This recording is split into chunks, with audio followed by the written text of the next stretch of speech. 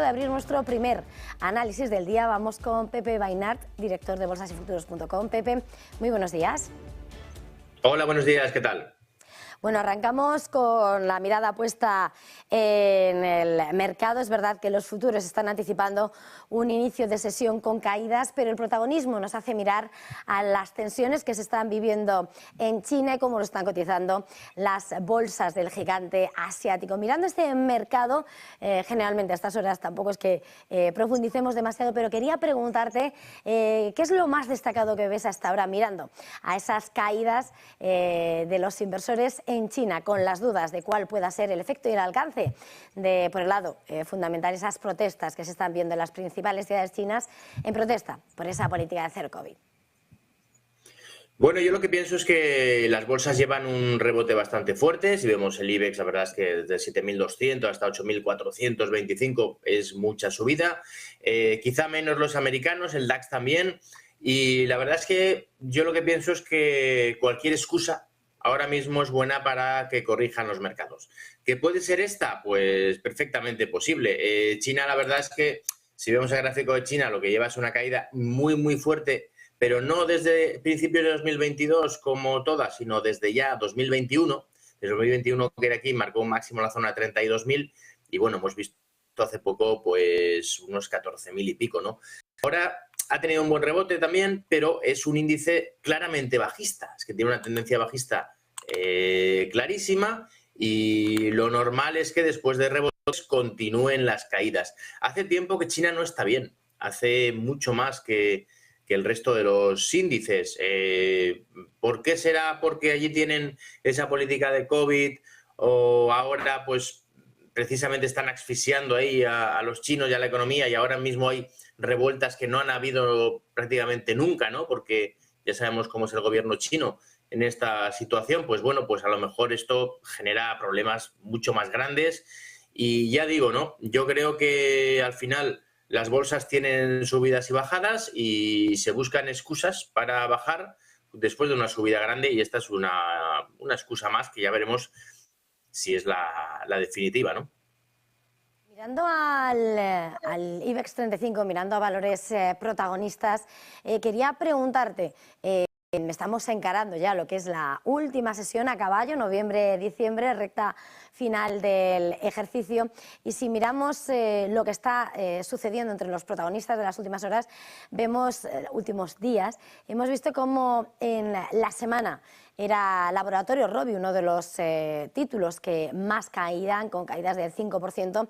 Es verdad que la rentabilidad del año se posiciona también como el segundo que peor se comporta, mientras que por el lado de los avances en la semana veíamos ese buen comportamiento para Santander, también bastante bien posicionados los principales bancos. Mirando a un lado y a otro de la moneda, mirando ese comportamiento, quería preguntarte cómo ves con esas caídas, si ves en algunos de esos títulos, viendo por ejemplo esas farmacéuticas, vemos a Rovi, a Grifols, son de los grandes castigados de este año. ¿Cómo ves a esos títulos y si les ves algún atisbo de recuperación precisamente por encontrarse a estos precios? Y por el lado contrario, mirando un poco a la banca en ese contexto de normalización de política monetaria, es verdad, también con esos impuestos a la banca, pero bueno, en el contexto, en lo que está siendo el cómputo del año, ¿cómo ves ambos lados de la moneda? Bueno, pues a ver, el caso de Rovi es como lo que se llama una muerte anunciada, ¿no? Porque realmente aquí en Rovi lo que ocurrió es que esta subida tan fuerte vino propiciada sobre todo por el COVID, ¿no? Porque, bueno, pues sabemos que Moderna tuvo un contrato muy importante con Rovi para fabricar las vacunas aquí en España y para Europa, ¿no? Entonces eso le produjo unos beneficios muy grandes. ¿Qué pasa? Que ahora mismo hay muchísimas menos vacunas, ya no nos vamos a vacunar la mayoría de la gente y eso pues baja muchísimo su negocio. Eso se tradujo en el gráfico cuando perdimos ciertos niveles importantes de soporte, perdimos la media de 200 y a partir de ahí hemos empezado una tendencia bajista. ¿Qué pasa? Que ahora precisamente se está hablando de esa falta de ingresos por culpa de la vacuna, cuando eso se sabía hace mucho tiempo. Normalmente cuando pasa esto, muchas veces estamos ya cerca del fin de la caída. porque ya aquí se estuvo descontando todas estas noticias y ahora sale la noticia y los más rezagados pues venden, ¿no? Entonces, yo creo que Robi es uno de estos valores que hay que vigilar porque podría en algún momento girarse y volver a dar una señal alcista positiva. De momento no la ha dado, ¿eh? Hay que pensar que hasta que no la dé, pues hay que estar tranquilos, pero es un valor a vigilar. El caso de Grifols es distinto, ¿no? Grifols, ella tiene una caída muy fuerte, no por un dato puntual, sino porque la empresa pues tiene mucha deuda, está en una situación un tanto complicada, están hablando de hacer una ampliación de capital y eso normalmente no es bueno, ¿no? Yo ante una empresa así iría con mucho cuidado, necesitaría una señal mucho más contundente para entrar, ¿no? Pero Robi sí que veo esa posibilidad pronto de un posible giro. Incluso de si hay caídas adicionales, tomar alguna posición para medio plazo, porque es una empresa solvente y de mucha categoría. En cuanto a la banca, bueno, pues Santander en efecto tuvo un movimiento muy interesante esta semana anterior, era el único valor de la banca que estaba por debajo de la media 200 y esta semana ha dado pues un golpe en la mesa, un puñetazo en la mesa y ha dicho aquí estoy yo, y ha tenido una subida bastante importante, de hecho, la que más del IBEX, que ahora falta ver que tenga continuidad, ¿no? Es verdad que si vemos es muy curioso, ¿no? Cuando se dio la noticia de la banca, del impuesto a la banca, pues las caídas que hubieron en algunos valores absolutamente espectaculares, ¿no? Como este caso de aquí del Sabadell, que le llevó a la zona de 0,58 y hoy con el mismo impuesto están en 0,87. Es decir, que esa noticia que parecía que era la muerte, de hecho esa noticia salió cuando estaba en 0,65 y ahora está en 0,87. Es decir, que el mercado muchas veces vemos que no acaba de comportarse muy bien como dice la lógica, ¿no? Porque la noticia si era muy mala entonces y ahora sigue vigente, pues debería ser igual de mala. Sin embargo, han subido mucho la banca, ¿no?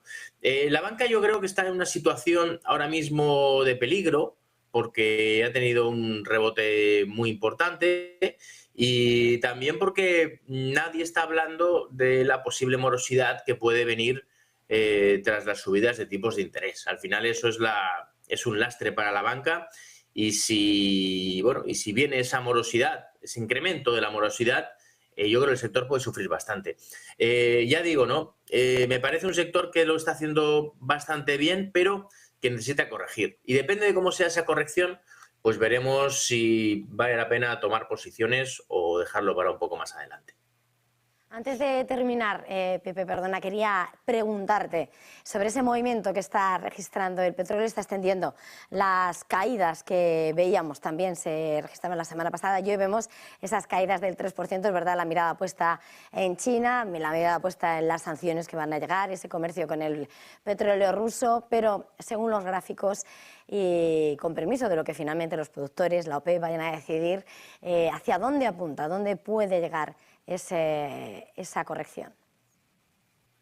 Bueno, el petróleo, hemos hablado mucho del petróleo en estas mañanas y bueno, la verdad es que cuando subió a la zona de 140, incluso 120, decíamos que es muy poco sostenible un precio del petróleo a esos niveles, que se debería relajar, que lo más probable es que acabe por caer y al final, bueno, pues lo ha hecho, ¿no? Ha caído.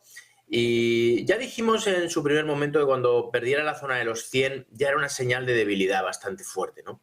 Lo perdió, se ha tomado pues un tiempo consolidando, ¿no? Entre la zona de 82, 83 hasta la zona de 100 y ahora vemos que está perdiendo soportes, está perdiendo los mínimos.